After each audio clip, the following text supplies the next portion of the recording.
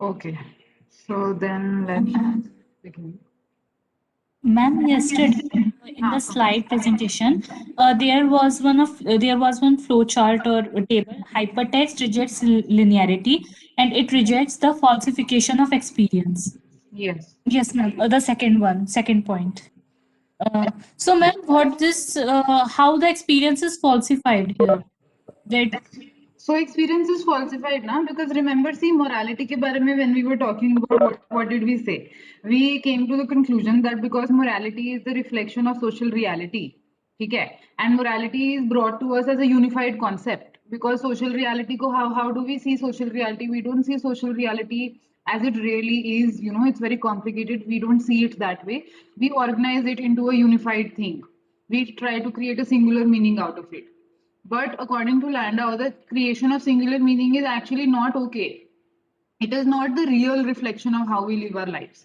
Right. So this is why he says that when you're looking at a linear narrative, because a linear narrative is unified and it gives a fixed meaning, this is why there is a falsification of experience because experience is not fixed, experience is not unified. Experience also goes in multi directions, and because experience goes in multi directions, therefore these moral texts or these linear narratives do not give us that kind of conclusion. They don't give us that conclusion. They give us like one single meaning. Because they give us one single meaning, they go against reality.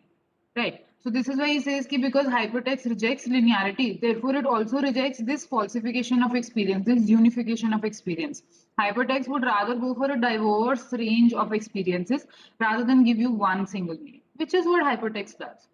Right? yes, ma'am. Right, ma'am. Yes, ma'am. Okay. Thank you, ma'am. Okay. Any other Yes, ma'am. questions about yesterday?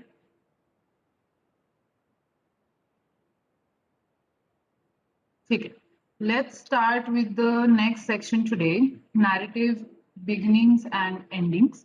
Okay, this is a fairly easy section if you understood what I told you before about beginnings and endings and about just generally what we discussed in the previous section. You will be able to do this, no problem. There's no issue. It's not a very difficult section to understand. The first thing that we must talk about is what is a beginning. So, according to Edward Said, who I've quoted here and who is also quoted in this chapter, so he says that beginning. What does a beginning show? It marks a later time and tells us of the novel that will follow. So what is the beginning? If I discuss a fairy tale and I'm saying, okay, once upon a time, okay, once upon a time, why do we use this phrase once upon a time? Once upon a time refers to the fact that everything that will happen in this uh, narrative will follow that time. So beginning is what? It's a simple marking of time, right? So you mark a point in time where that story is going to begin. Okay, and then you assume that story is going to begin and it is going to be connected to that point. In many narratives, we see that maybe the story is beginning in say 1950, but then the story will also go back into the 1930s or the 1920s and then move forward into the 1970s. So what I'm not saying here is it's not a temporal thing.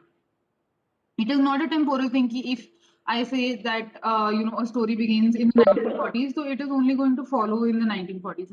नहीं, उसी 1940s के बाद की बात होगी. This is not the case here. What he's trying to say is that narratives usually have a temporal marking. Okay, they mark time in the beginning and they say that this story that is following begins at this time. That is it. What you need to remember is that beginnings are related to a marking of time, right? So Said says that from that beginning, in principle, follows that novel. So whatever the thing is at the beginning, whether it's Once Upon a Time or whether it's a Bildungsroman which is talking about a person, so whatever is being shown to you at the beginning, that is the starting point of the narrative. That is the point of origin, right? So how does a hypertext fiction begin? We have seen hypertextual examples, and what do we see in those hypertextual examples? We see that usually there is a button which says start here or begin here. Now, why is this button present? You would think if if all these hypertextual narratives are trying to go against Aristotle, what they're basically trying to do is leave the beginning middle end wala jo paradigm hai, leave that behind. What they're trying to do is not to have a proper beginning, not to have a proper middle, not to have a proper end. That is something that you think will actually happen, but in all of these hypertext narratives, and usually hypertext narratives, what happens is you have a button which says start here or begin here. So Landau discusses why this happens. He says that usually hypertext fiction needed to be portable, to be transported from a device to a computer. Thus, earlier works were self-contained due to non-network computers, and readers were unable to add links initially. Now, what does this mean? So, go back to the 1990s, or go back to even your first introduction of the computer, right? Or rather, I should go back to my first introduction to the computer, where in the beginning you had pen drives, not bigger than which could not accommodate data more than 1 GB or something. So people went on with those pen drives. Before pen drives, you had CDs, which had an even lower data speed, or floppy disks, right? And even before that, you had even lower systems of data storage and transfer. So because of those things, what you needed to do while creating a hypertext was create a very portable, very self-contained unit, which could be copied from one computer to another computer, which could be transferred across the internet, but transferred from one computer to another computer, how? Through a small storage device. Because these devices needed to be portable, they could not just be uploaded to the cloud, because the cloud, as we know it today, did not really exist. So hypertext needed to be portable. Because they needed to be portable and transported from a device to a computer, so all of these works were what Landau calls self-contained. Self-contained also because of non-network computers. Internet was not a very prevalent thing, and even local area networks were not very prevalent. So what the point that he's trying to stress here is because of our technological limitations at the beginning of the digital era, hypertext fiction needed to be portable. Because it needed to be portable, therefore from person to person, the what do you say, the adaptability of that hypertext fiction needed to be there. So for example, if I open a hypertextual fiction, I don't have a lot of knowledge of computers, I would rather that I would prefer that it has a button which says begin here, so I can just begin. And if it goes to somebody else, a student or a professor maybe, who have a larger knowledge of computers, so they would be able to maybe do without the start here button. But the start here button became a necessity because of this technological limitation that we have, because how we needed to transport hypertext from one place to another place, from one device to another device. The second thing is that earlier authors were reluctant to disorient readers. Now, why was this? When you come to hypertextual beginnings, why would they have a begin here button when the hypertext form is so experimental, so diverse, so different? It has so much range. Why would you do that? Because you would not want readers to be too disoriented in the sense too confused. If I am new to hypertextual fiction, if I'm new to computers, if I'm just at the beginning of the digital era, then I would not be so well versed, I would not be so proficient in the use of digital technology. Because I would not be so proficient, it would not be in favor of the author to tell me to have a different kind of beginning or a different kind of ending. So in the beginning, what they wanted to do was they only wanted to concentrate on creating a hypertext narrative, on spreading these hypertext narratives, and you could only ensure that these hypertext narratives spread throughout the internet and through different theoretical circles, by making sure that the reader did not feel too confused or too dazed or too mind blown by this hypertextual fiction. That is a very important thing, because even today, so many decades later, around 3 decades after the coming of the internet, we're still dealing with basic questions of hypertext. So just imagine yourselves 30 years before, when hypertextual fiction was just coming up in the 1990s, and the kind of image or the kind of impact it would create on your mind if it did not have these precautionary measures, like which said begin here, or if it wasn't short, or if it wasn't so well studied, right? So if it comes as an experiment, the people did not want to make it too experimental. That is what Linda is trying to say. And all these points are, they all refer to the beginning of the digital age, right?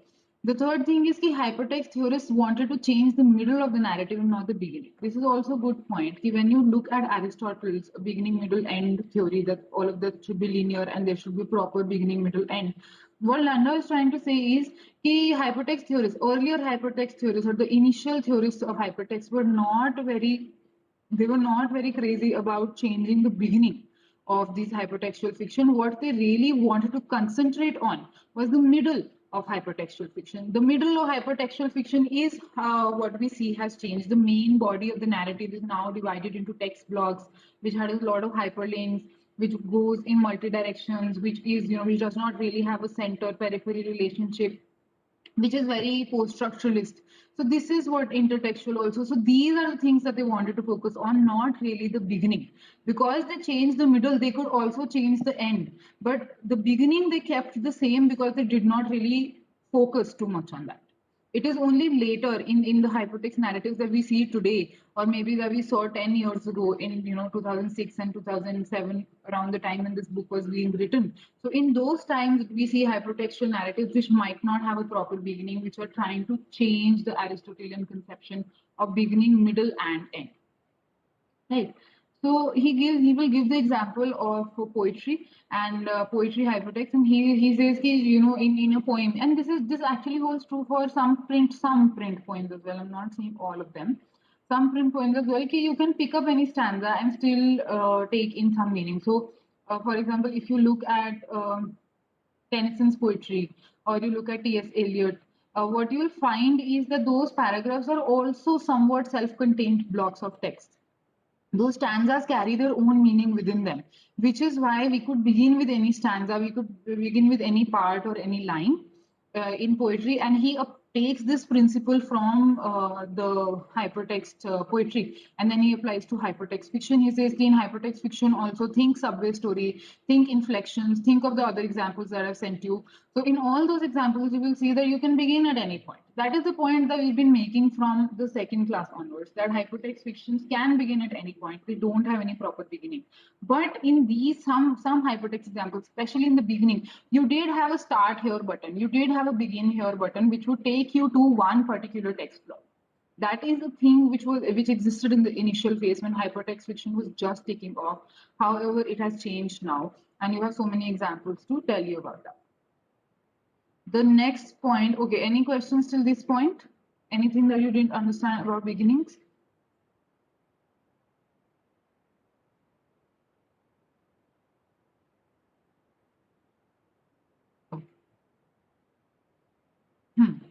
Then we're going to talk about endings, right? So if a beginning is the marking of time, an ending is defined as a requiring, if defined as requiring formal or thematic closure, creating an end point, creating a whole. Right. So, what is an ending? This is very simple. I'm sure you understand. When do you know that a movie has ended? When do you know that a narrative has ended? You know that a narrative has ended when it is closed, when the story of the characters being told in the narrative has been resolved. There is some kind of closure given to you, right? A formal or thematic closure, some kind of closure has been given to you. The story has ended in some way, in the sense that the characters are now dead, or maybe they're living. They are, you know what is going to happen to the characters. Okay, there is some end point, some narrative end point has been reached. Maybe the narrative was only limited to 1 month or one day, and that point has been achieved, which is where the story ends. We are, like we see in a lot of stream of consciousness novels. Okay, if it's maybe trilogy or tetralogy, so then you will find that the ending contains a little bit of the next novel's beginning. Right, if it's a sequel, there are going to be more sequels, so you will find that there are some unresolved pieces left so that the author can continue them in the next part. But if it's a standalone novel, you will find that mostly all the characters that you care about, all the main characters, and sometimes even the sub characters, all of their stories will have to be resolved in some way. So in every kind of ending, whether it's a sequel ending, whether it's a film ending, or whether it's a narrative ending or a textual ending, you will always find some kind of closure, right? There's a formal closure, a thematic closure, or a kind of closure which tells us about what the characters will do in the later life or have done, or how they are going to live their lives from that point on. So it creates an end point and creates a whole. Any narrative is incomplete without an ending. Right. If you do not have a proper closure at the end, what do you have? You have a very open-ended narrative. Remember this point when we're talking about hypertextual ending in the next slide. But what the thing that we have to think about here is that narratives without endings are difficult narratives. They're open-ended narratives. You never know what's going to happen in the end. And I'm not talking about open-endedness in the form of the, with the example that I just gave you. For example, um, Harry Potter. If you take Harry Potter, there are 7 books in the entire series, and at the end of every series, there is some kind of at the end of every part, there is some kind of point which is left unresolved. Right. So in the first part, the rise of Voldemort is left unresolved. In the second part, again, Voldemort comes and goes. So this tantalizing bit of what Voldemort is going to do is something which is left unresolved till the last part, where everything is resolved. Right. So that kind of open-endedness is different, because why is it different? Because in spite of those kind of things, you get some kind of closure. You at least know that Harry is safe and his friends are safe, and everything is going to go well, and you can live with that. That feeling of closure that you get, that feeling of resolution that you get, that is what marks an ending. But then on the other hand, there are some narratives who have no endings, who do not have any endings. Because they don't have any endings, those narratives now create they are all incomplete. They do not create a whole, right? Because to make a narrative whole, to make a narrative complete, you need to have a beginning, middle, as well as an end. Okay. Then Ricoeur, we again come to Ricoeur and his notion of following, which I've explained multiple times, so you know that. So he applies following applied to hypertext. He says, to follow a story is to move forward in the midst of contingencies and peripetia under the guidance of an expectation that finds fulfillment. What does he mean by this? Can anybody tell me?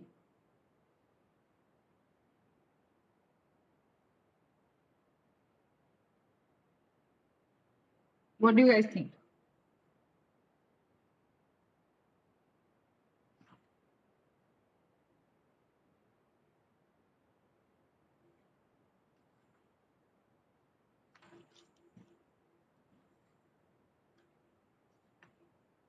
Saloni? Saloni is here today or not? Okay, Nitisha? No, Saloni is here. Saloni is 52, yeah. Yes, ma'am, I was unable to unmute. Yeah, that's okay. So what do you think this means? What does Ricoeur mean by this statement that I've just narrated? Just narratives. No, no, not just narratives. This line, to follow a story is to move forward in this entire quotation.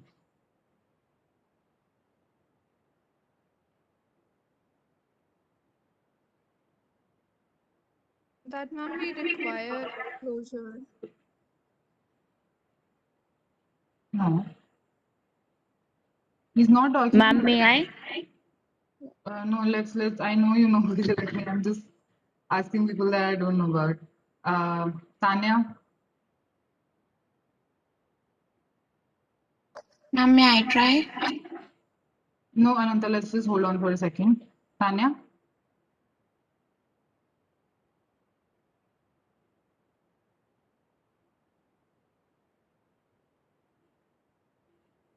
Yeah, Tanya, can you unmute your mic and tell me what this line means?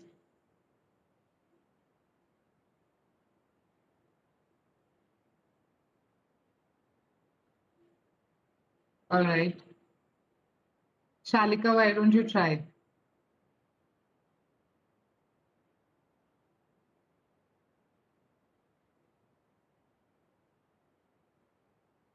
Ma'am, in this we are trying to find out the ending. Basically, please give me a second.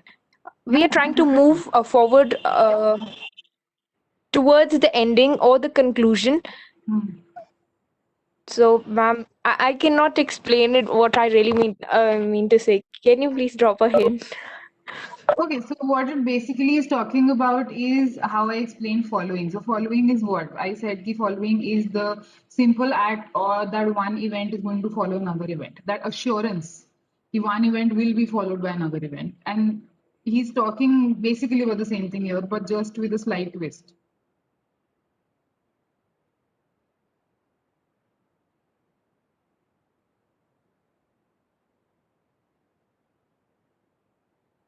Anybody else would like to try?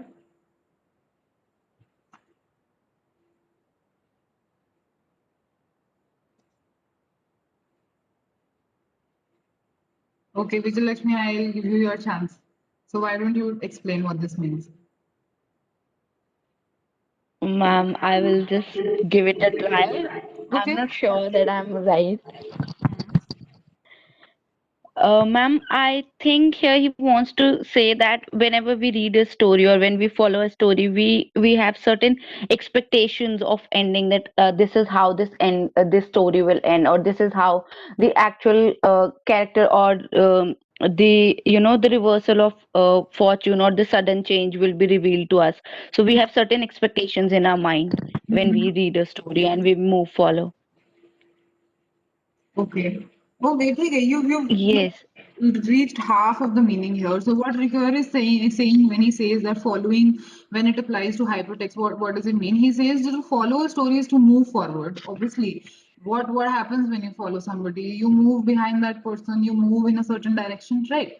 Is to move forward in the midst of contingencies and peripeteia. So peripeteia, we talked about that. What is it? Reversals. Okay, under the guidance of an expectation that finds fulfillment. Okay, so what does that mean? See, under the guise of an expectation that finds fulfillment is that when you're talking about a narrative, I can't think of any narrative right now. So if we are talking about maybe Charles Dickens, or if you're talking about any kind of narrative, when you move from chapter one to chapter two, once you stop reading chapter one, you have certain expectations. You think, oh, maybe this character is going to do something like this, or something like this is going to happen. If I talk about Pride and Prejudice, say, I hope that you have read it at some point in your life, and if you have not, you should. It's a good book. So if I talk about Pride and Prejudice, what happens here? So you have all these five sisters, and in the beginning you're introduced to them, you know about them, you know about their temperament, and in after the first chapter or the second chapter, you develop certain kind of expectations about these characters. You start thinking, ki, oh, maybe Elizabeth is very proud, so that is a problem that she has. Jane is very timid. Lydia is, very frivolous, right? Very promiscuous. So you have certain expectations, and you start thinking about these characters in your mind, and you start thinking, okay, oh, maybe in the second chapter, something like this is going to happen. In the third, something like this. And as you move on in the story, you continue to revise these expectations. You continue to change your notions of these characters. Right. While when you come near the end, maybe you come to the second last or the third last chapter, you realize how the story is going to end. You understand that, oh, this character now deserves a happy ending. This character will definitely achieve their happy ending.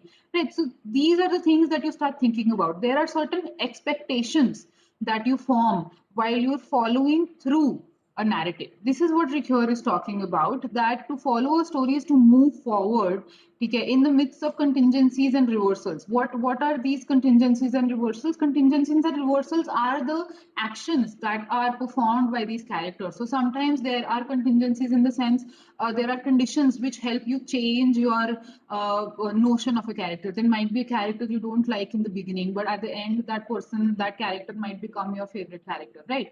So these can be called it schema. Yes, you can. You can call it schema. That's perfectly okay. But remember that schema and all of these notions, even peripeteia, all of these notions are Aristotelian notions. So when you come to post-structuralism, always use them with a slight bit of caution, which is why here peripeteia, the P is not capitalized. So if you're going to talk about schematics, that's okay. You can use that term to describe this. Just don't use it in the Aristotelian notion with like a capital S. Right. So what he's saying is that all of these actions that are performed in the middle, they help us change our perception. They help us change our attitudes towards these characters. And we have certain other expectations that come up. We continue to revise those expectations. And where are those expectations finally met? Where are those expectations resolved in an ending? Right. So that finds fulfillment, that finds resolution in the conclusion. This is what he means. Very simple thing. Come to the next point. Endings, especially in poetry, produce a sense of finality or closure, creating a stability or resolution or equilibrium. We've discussed this point. Ki stability to obviously hogi because you are resolving the lives of these characters. You're talking about how these characters are going to lead their lives from now on, who is dead, who is not dead. Or they create a sense of equilibrium in the sense there is a sense of justice which is created. Right, justice in the sense of how that uh, what happened in the beginning, maybe a character was behaving in a certain way, but by the end that character has received his punishment or his reward. So in that kind of way there is an equilibrium, a balance is created through the ending, which comes we come here to the concept of poetic justice, which I'm sure that you've talked about in classicism and all your other lectures on literary movements. So all these kinds of things, your Aristotelian notions, and these are the very same notions that are continued. Now, what is the problem? What is the problem here? When we're talking about hypertextual fiction, when we're talking about this, about endings in concern with hypertextual fiction, the problem, according to why are you not, what is wrong? The problem is here is how to bring closure in hypertexts which are theoretically infinite. We have discussed this point again and again. Yesterday also, Gaurav raised a very good point about hypertext narratives being theoretically infinite and about going in multi directions.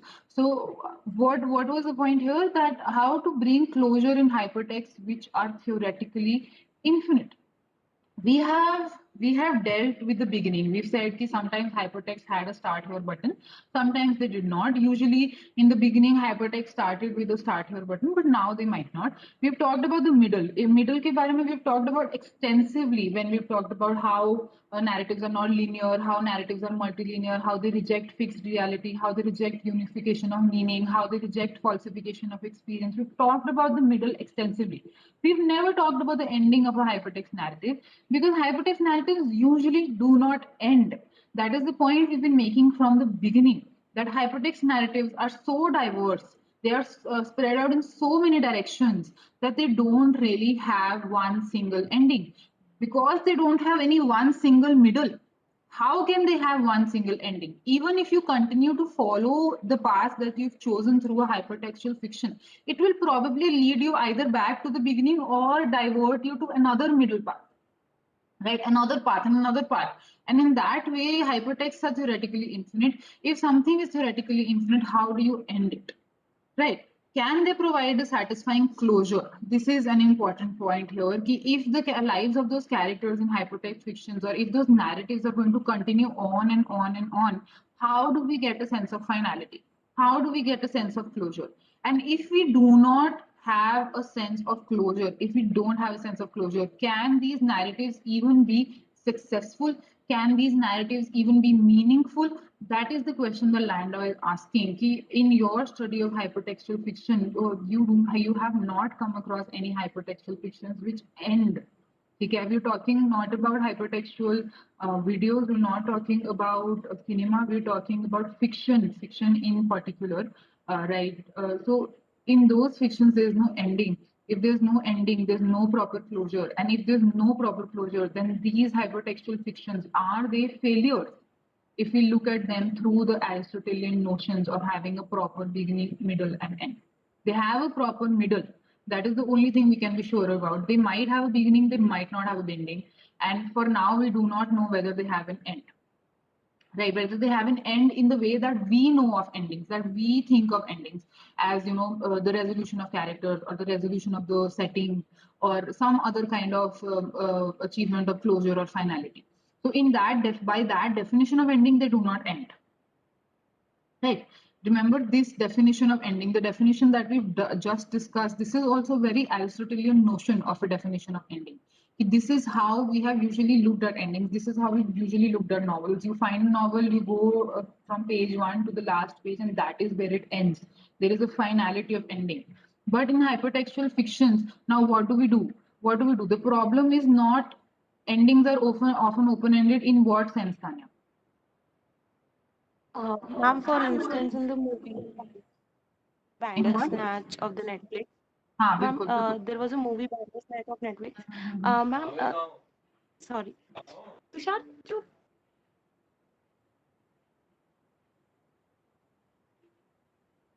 I'm sorry, ma'am. That's okay. हाँ. In So, Bandersnatch. ma'am, ma'am, there is no chronology to be followed.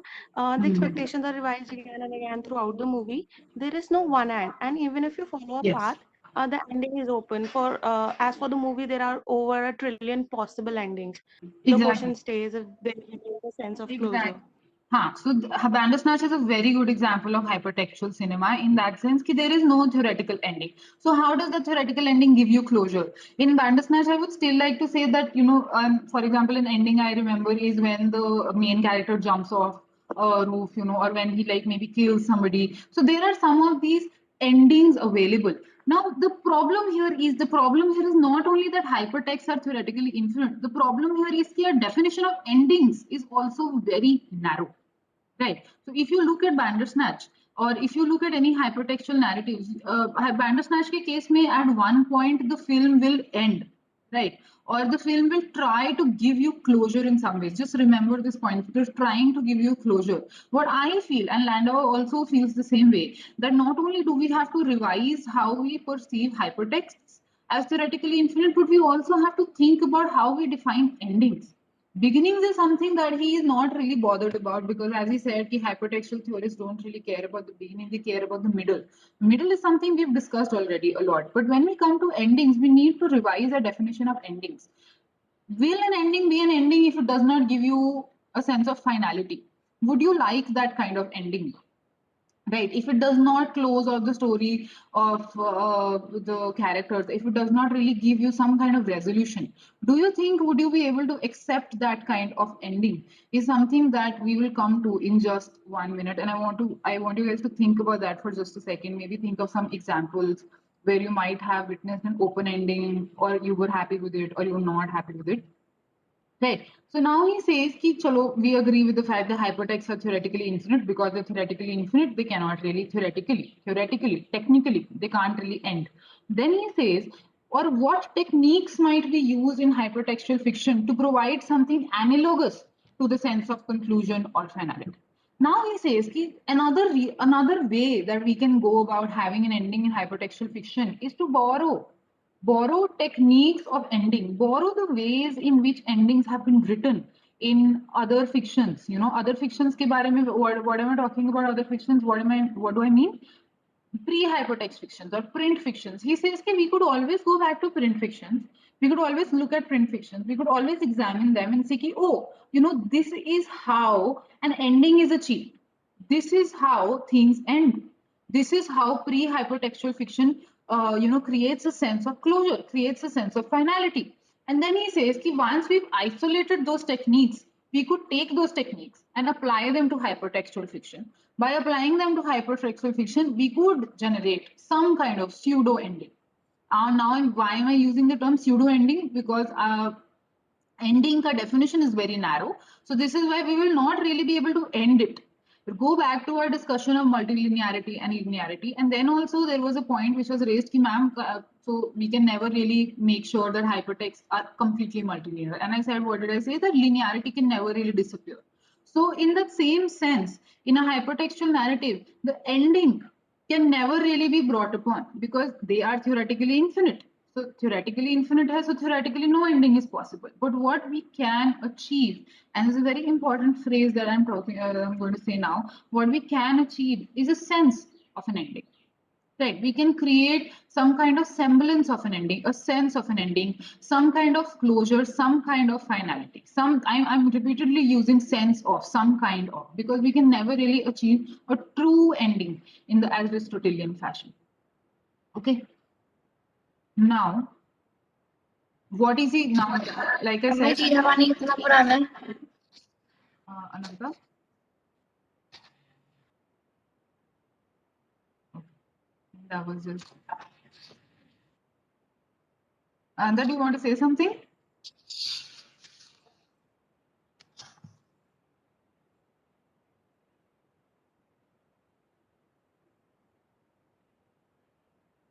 Okay, I'm going to move on. So as I was saying, what is Landau's solution towards not having an ending? His solution is to borrow techniques of ending from other pre-hypertext narratives, and this is what he's going to do here. He is going to give us a lot of examples of multiple endings. He's going to say that there might be multiple closures. ठीक है, अगर एक closure नहीं है, we can have multiple closures, and I think this is a very good point because we know that hypertext fictions have multiple beginnings. Hypertext fictions have multiple middles. So if they have multiple beginnings and multiple middles, why can't they have multiple closures? We know that hypertext fiction is diverse.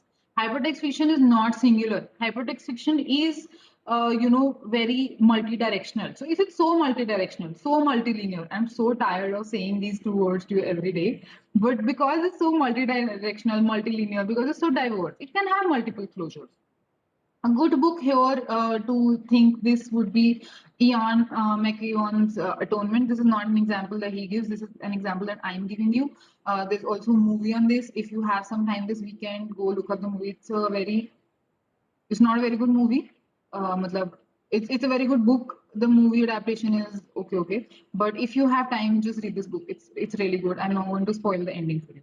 The second example that he gives, and which I also agree with, is Dickens. So Dickens के time पर in those times, what you had was a serialization of novels. Right, there was a serialization of novels where there was a partial closure followed by continuation.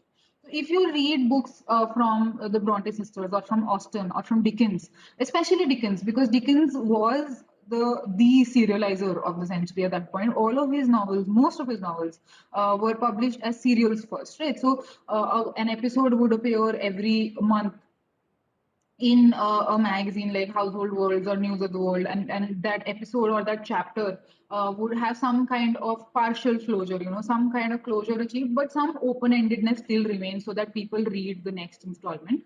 And it is only now that we have clubbed all of these together and we read them as books, and those books can be really large. But just imagine reading some kind of novel. Just imagine if you have a personal favorite blog, or if you follow some kind of fan fiction or some kind of continuation of fan fiction, you would know that at the end of every episode there is some tantalizing piece of information which is withheld from you, some kind of sequel to generate some kind of possibility of continuation. There is some information which is withheld, which is kept from you, so that you read the next section. So this is called a partial closure. So he says that hypertextual narratives can also have partial closures, or they can have multiple closures, multiple endings, like we discussed Bandersnatch. The one narrative has multiple endings. Okay, then the second thing that we have here is a combination of closure with new beginnings, right? So there is this, we've already discussed. If you look at Harry Potter, if you look at Hunger Games, if you look at Lord of the Rings, if you look at anything from Koi Milya to anything which has had series and series and series upon series. What is that series? Where they drive a lot of cars and steal them. Can't remember his name. Fast and Furious. Yes, Fast and Furious. So Fast it and has been Furious, going ma'am. on for 8, 9, I don't know how many installments. One of these people died also. The main characters died also, but still it's been going on. Paul And Walker. if you look at any kind of serials, if you look at Friends, or if you look at How I Met Your Mother, or if you look at any serial that you like, what is it? It's always a sequel. Right. In the era of binge watching, you have seasons upon seasons upon seasons of any particular series, and that is a combination of closure with new beginnings. Right. Every season brings a new beginning, every episode brings a new beginning, but with the same characters. Now, in 20th century, Wolsey says that when we come to modernism, there is very little closure. This is something that you will have discussed in your modernist classes also. Modernism is plagued with a fragmentation of identity, plagued with a sense of feeling that things cannot really end so simply and so quickly. So in those kinds of things, you have little closure. So, for example, The Wasteland ends on a very weird note. If you look at Mrs. Dalloway, that's just the story of one day. There's nothing that comes before it, nothing that comes after it.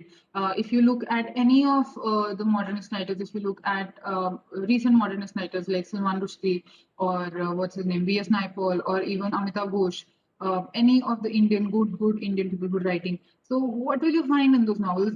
Nothing is really resolved at the end. I will not say nothing. A lot of things are left unresolved at the end, and that is also an acceptable way of achieving closure if you view it through the lens of modernism, if you view it through the lens of theory.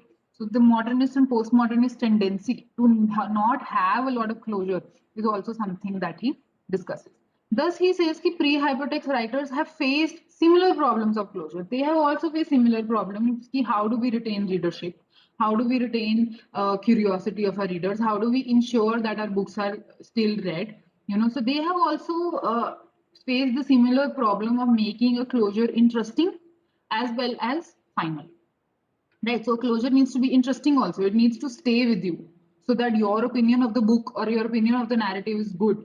Right. And then it also needs to be final in some sense, that you achieve a sense of closure. And sometimes, when the author is writing a series of books, it also needs to be that much tantalizing, that much intriguing, that much interesting to you. Right. So that you read the next installment. Therefore, he says as readers, we have always known how to live with half closures, how to live with open-endedness, then actually these single-minded narratives lead us to believe.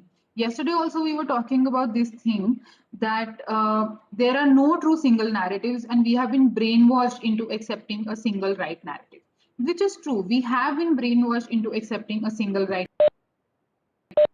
And this is something that he agrees with her. He says that because we've been brainwashed into accepting a single narrative, we might feel that there can only be one ending. We might feel that we can't really think of, there are no true endings, there are no true beginnings, blah, blah.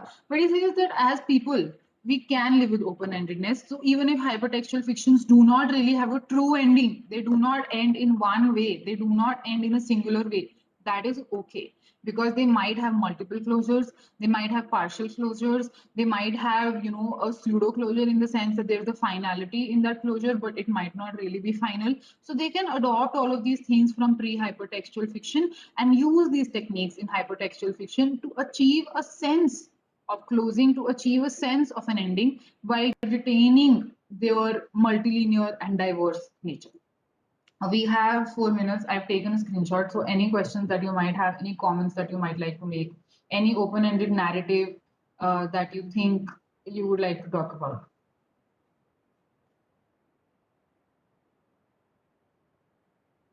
Excuse me, ma'am. Around. Can we say that the beginners or the developers of the hypertext have become very cautious about the beginnings and the endings of the hypertext, that in the starting of the hypertext, they only start experimenting in the middle of the stories.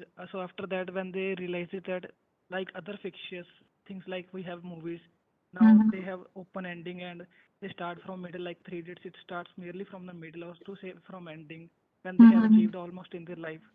So can we say that the theorist of the hypertext also tries to make things according to other fictitious work? Bilkul, bilkul. This is a very good point that you're making. Definitely, we can say that. A point that Landau has been trying to make from the beginning is that hypertextual fiction is not something which is exploded onto the scene. Hypertextual fiction has had its roots in pre-hypertextual fiction. Remember the discussion about how he said that canonical texts like James Joyce and canonical texts like T.S. Eliot or Tennyson, all of these were written before the digital era, but are hypertextual because they are written in fragments, because they represent multiple endings. So it doesn't mean to say we cannot say that hypertextual fiction has no precursors or no predecessors. You're very right in saying that hypertextual fiction can borrow from pre-hypertextual fiction and even from the current fiction, like you said, like you gave all these examples. So it can even borrow from other non-hypertextual fictions at that time. Not only pre-hypertext, but even current non-hypertext forms can also be used by the hypertext fiction to achieve their own unique beauty, to make their own endings. Any other point?